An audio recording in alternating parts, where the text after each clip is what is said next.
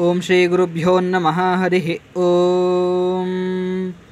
ओम इंद्रमच्छसुता इमे वृषणं यन्तु हरयः सृष्टे जाता स इन्दवस्वर्विदाः अयं भरा आयसा नसिरिन्द्राय पवते सुतः सोमो जैत्रस्य चेतति यथा आविदे अस्येदिन्द्रो मदेष्वाग्राभं गृह्णीतसा नसिं वज्रं च वृषणं भरत्समप्सुजित प्रधन्वासो मजागृविरिन्द्रायेन्दो परिस्रवा द्युमन्तं शुष्ममाभरा स्वर्विदम् इन्द्राय वृषणं मदं पवस्व विश्वदर्शतः सहस्रयामापतिकृद्विचक्षणः अस्मभ्यं गातु वित्तमो देवेभ्यो मधुमत्तमः सहस्रं याहि पतिभिः कनिक्रदत पवस्वदेववे एतय इन्दोधारा आभिरोजसा आकलशं मधुमान्सो मनःसदः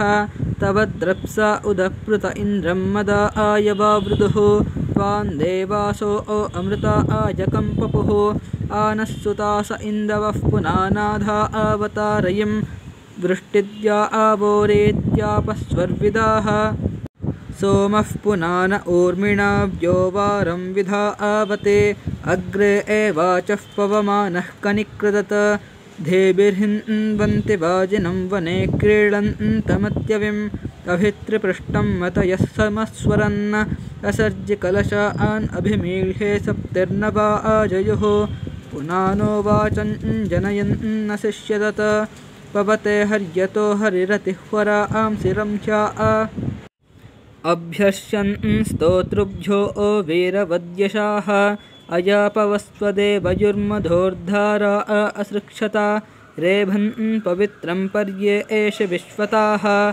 ॐ शान्तिः शान्तिः शान्तिः। हरिः ॐ।